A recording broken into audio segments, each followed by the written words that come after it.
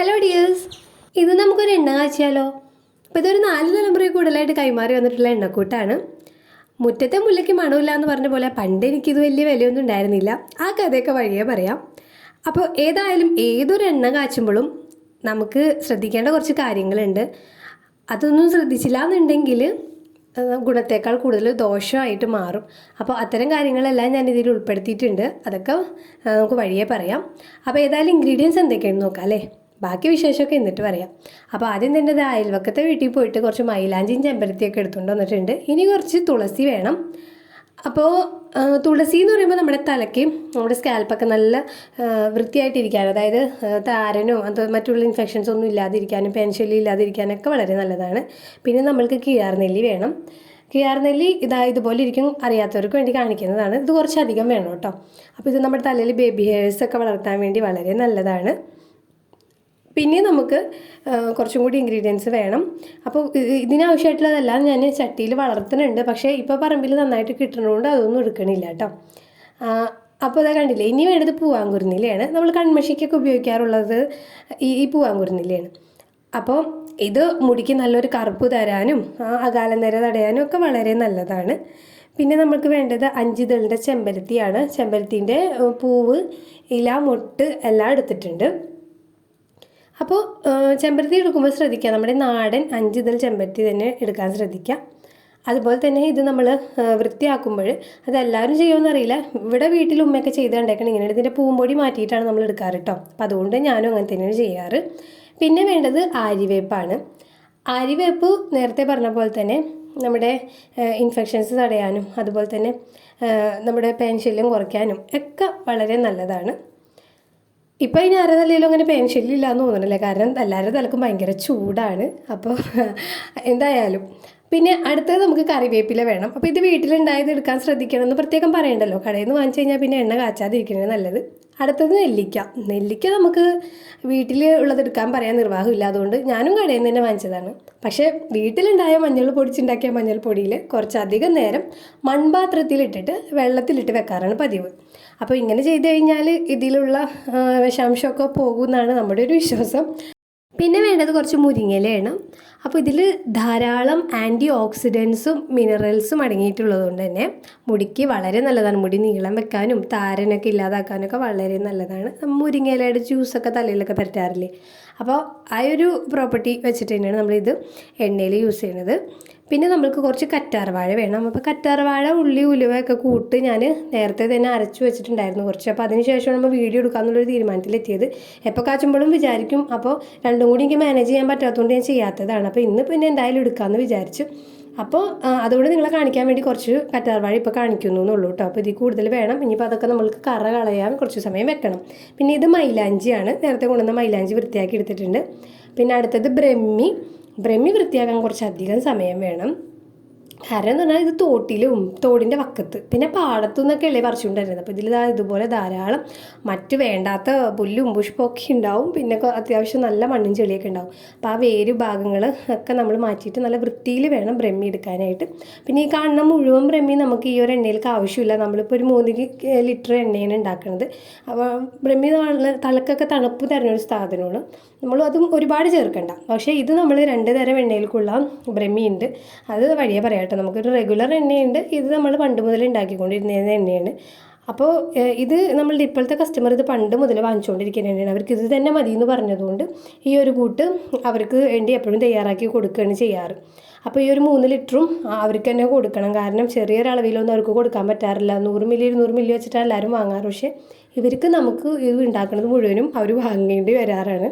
അപ്പോൾ അത് ചുരുക്കി പറഞ്ഞാൽ ഒരു കസ്റ്റമൈസ്ഡ് എണ്ണയാണ് നമ്മൾ ഇന്ന് ചെയ്യുന്നത്. റെഗുലർ എണ്ണയിൽ കുറച്ചും കൂടി ഇൻഗ്രീഡിയൻസ് കൂടുതലുണ്ട്. കാരിഞ്ചീരകം, നീലാമരി, കേശവർദ്ധിനി, അങ്ങനെ കുറച്ചും കൂടി കൂടുതൽ ഇൻഗ്രീഡിയൻസ് ഉണ്ട് കേട്ടോ. അപ്പോൾ പണ്ട് കൊടുത്തിരുന്ന എണ്ണയിൽ അതുണ്ടായിരുന്നില്ല. ആ എണ്ണയാണ് അപ്പോൾ നമ്മളിപ്പോൾ ഉണ്ടാക്കിക്കൊണ്ടിരിക്കുന്നത്. അപ്പോൾ അതിന് വേണ്ടി കണ്ട പോലെ നമ്മൾ കറ കളഞ്ഞ് നല്ല വൃത്തിയിൽ കഴുകിയെടുത്ത കറ്റാർവാഴ ഇതുപോലെ അരിഞ്ഞെടുക്കുന്നുണ്ട്. അതുപോലെ നെല്ലിക്ക അരിഞ്ഞെടുക്കുന്നുണ്ട്. ഇതെല്ലാം തലക്ക് നല്ല തണുപ്പ് തരുന്ന സാധനങ്ങളായതുകൊണ്ട് തന്നെ നീരിറക്കത്തിൻ്റെ പ്രശ്നമൊക്കെ ഉള്ളവരാണെങ്കിൽ ഇത്തരം ഇൻഗ്രീഡിയൻസ് ഒന്നില്ലെങ്കിൽ ഒഴിവാക്കാൻ, ഇനി അതല്ലാതെ വേണമെന്ന് നിർബന്ധമാണെങ്കിൽ 5-10 മിനിറ്റ് മാത്രം ഇതുപോലുള്ള എണ്ണകൾ തലയിൽ പുരട്ടാവും കേട്ടോ. ഇനി അതല്ല ഒരു കുഴപ്പമില്ലാത്തവരാണെങ്കിലും ഒരു 15-20 മിനിറ്റിൽ കൂടുതൽ ഒരെണ്ണയും തലയിൽ വെക്കരുത്. അത് താരനൊക്കെ വരാനായിട്ട് കാരണമാവും. അറിയാത്തവർക്ക് വേണ്ടിയിട്ടാണ് പറയണത്. ചിലർ ആദ്യമായിട്ടൊക്കെ ഇത് ഉണ്ടാക്കി കഴിഞ്ഞിട്ട് അല്ലെങ്കിൽ വാങ്ങിച്ചു കഴിഞ്ഞിട്ടൊക്കെ ഉണ്ടെങ്കിൽ ഇപ്പം നമ്മൾ ഇത്രയും ബുദ്ധിമുട്ട് ചെയ്തതല്ലേ, കുറച്ചധികം സമയം തലയിലിരിക്കട്ടെ, കൂടുതൽ ഗുണം കിട്ടുമെന്ന് വിചാരിക്കരുത്. അത് തെറ്റാണ്. അങ്ങനെ ചെയ്ത് കഴിഞ്ഞിട്ടുണ്ടെങ്കിൽ നമ്മുടെ തലയിൽ താരനും അതുപോലെ ഡ്രൈനെസ്സൊക്കെ കൂടാനും സാധ്യതയുള്ളൂ. ഇനി നമുക്കിതിലേക്ക് വേണ്ടത് കഞ്ഞുണ്ണിയാണ്, കയ്യോന്നി എന്നൊക്കെ പറയണ ഭൃംഗരാജ്. അപ്പോൾ ഈ എണ്ണയിൽ ഏറ്റവും കൂടുതൽ അളവിൽ നമ്മൾ ചേർക്കുന്നത് ഈ ഒരു ചെടിയാണ്. അപ്പോൾ ഇതിൻ്റെ കറ കണ്ടില്ലേ നമ്മുടെ കയ്യിലൊക്കെ അയക്കണം. അതുപോലെ തന്നെ നമ്മുടെ മുടിക്കും നല്ല കറുപ്പ് തരാനും മുടി വളരാനും ഒക്കെ നല്ലതാണ്. അപ്പോൾ ഇതിൻ്റെ വേരും കൂടി നമ്മളിതിൽ ചേർക്കണം. വേര് വേറെ നമ്മൾ മുറിച്ച് മാറ്റി കഴുകി ചതച്ചാണ് എടുക്കേണ്ടത് കേട്ടോ. അപ്പോൾ ബാക്കിയുള്ളത് നമ്മൾ അരയ്ക്കാനുള്ള എളുപ്പത്തിന് ഇതുപോലെ ഒന്ന് അരിഞ്ഞെടുക്കണം.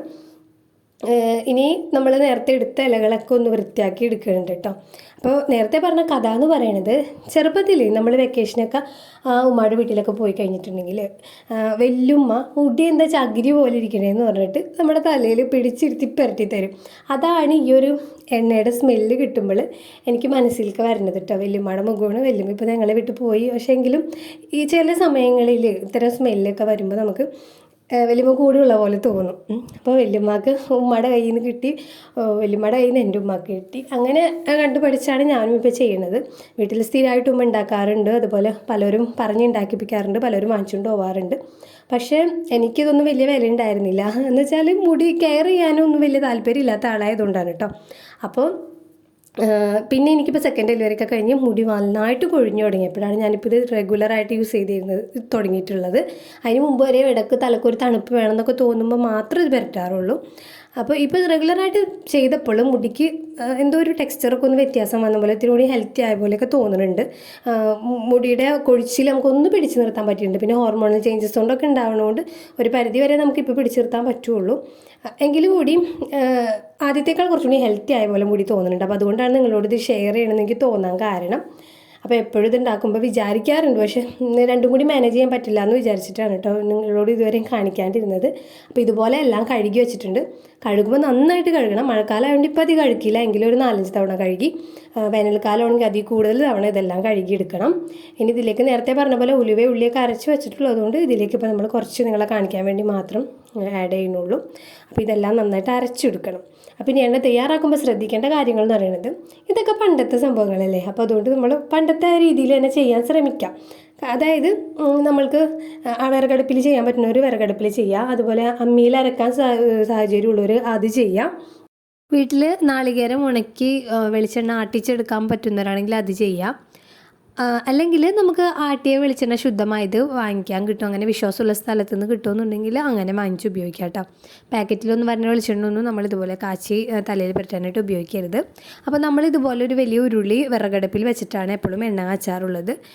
ഇതിലേക്ക് നമ്മൾ അരച്ചിട്ടുള്ള മരുന്നിൻ്റെ കൂട്ടും അതുപോലെ തന്നെ വെളിച്ചെണ്ണ നമ്മൾ വീട്ടിൽ ആട്ടിയെടുക്കണതാണ്, കൊപ്ര ഉണക്കിയിട്ട്. അപ്പോൾ അതും കൂടിയും ചേർത്ത് നന്നായിട്ടൊന്ന് മിക്സ് ചെയ്യണം. അപ്പോൾ ഇനി ഇതിൻ്റെ ഓരോ പാകങ്ങളിലായിട്ട് നമുക്ക് കുറച്ചും കൂടി ഇൻഗ്രീഡിയൻസ് ചേർക്കാനുണ്ട്. അപ്പോൾ നമ്മൾ നേരത്തെ പറഞ്ഞ സീക്രട്ട് ഇൻഗ്രീഡിയൻസ് അതൊക്കെയാണ്. അപ്പോൾ അതുകൊണ്ട് അതെല്ലാം ഞാൻ വീഡിയോയിൽ സ്കിപ്പ് ചെയ്യണം കേട്ടോ. അതെല്ലാം മെൻഷൻ ചെയ്യാത്തതിൻ്റെ കാരണം എന്താണെന്ന് വെച്ചാൽ നമ്മളിത് ഓൾറെഡി സെയിൽ ചെയ്യുന്ന എണ്ണ ആയതുകൊണ്ടും ഈ ഒരു കാര്യത്തിൽ എനിക്ക് ഉമ്മയുടെ കയ്യിൽ നിന്ന് കോപ്പിറൈറ്റ് സ്ട്രൈക്ക് കിട്ടാൻ സാധ്യതയുണ്ട്. അപ്പോൾ അതുകൊണ്ട് കുറച്ച് കാര്യങ്ങൾ നമ്മൾ ഇതിൽ നിന്ന് സ്കിപ്പ് ചെയ്യുകയാണ്. അപ്പോൾ അല്ലാതെ തന്നെ ഇത്രയും ഇൻഗ്രീഡിയൻസ് ചേർത്താൽ തന്നെ നല്ലൊരു എണ്ണ നമുക്ക് ഉണ്ടാക്കിയെടുക്കാൻ പറ്റും. പിന്നെ നമ്മൾ പ്രത്യേകം ശ്രദ്ധിക്കേണ്ട മറ്റൊരു കാര്യം എണ്ണയുടെ പാകമാണ്.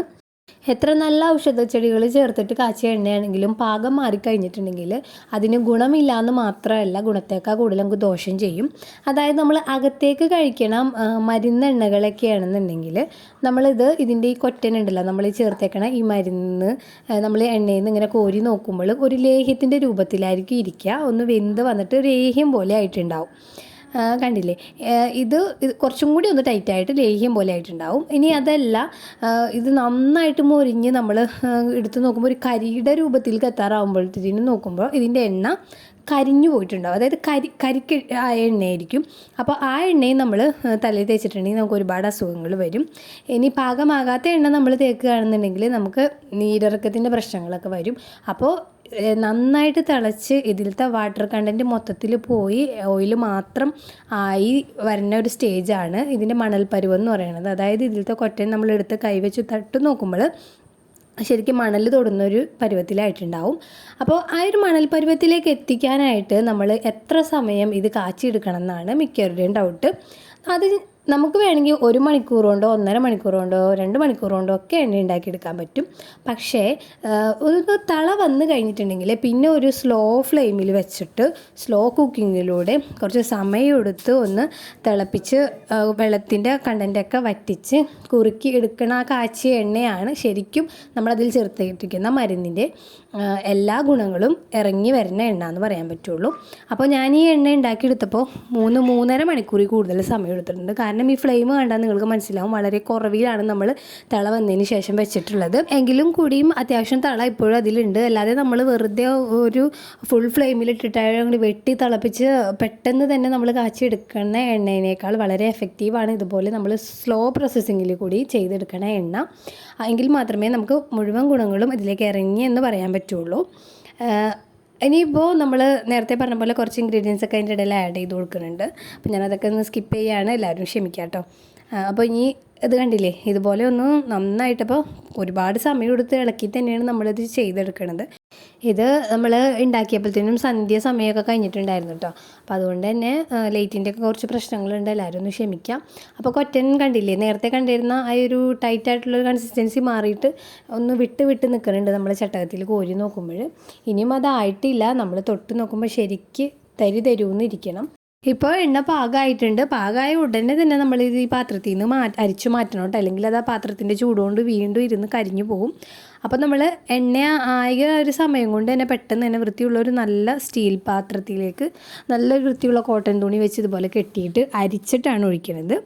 ഇതൊക്കെ എല്ലാവർക്കും അറിയാവുന്ന കാര്യമല്ലേ, പ്രത്യേകിച്ച് പറയണ്ടല്ലോ. അപ്പോൾ അതിൻ്റെ കൊറ്റൻ കണ്ടു കഴിഞ്ഞാൽ നമുക്ക് മനസ്സിലാവും, നന്നായിട്ട് മൊരിഞ്ഞിരിക്കണുണ്ടല്ലേ. ആ ഒരു രീതിയിൽ ആയാൽ മാത്രമേ നമുക്ക് ആ ഓയിലിൽ ഒട്ടും തന്നെ വാട്ടർ കണ്ടൻറ്റ് ഇല്ല എന്ന് പറയാൻ പറ്റുള്ളൂ. ഇനി അതുപോലെ തന്നെ നമ്മളിത് സൂക്ഷിക്കുന്ന കാര്യമാണെങ്കിലും നല്ലൊരു ഗ്ലാസ് ജാറിൽ സൂക്ഷിക്കുകയാണെങ്കിൽ ഒരുപാട് നാൾ കേട് വരാതെ ഇരിക്കും.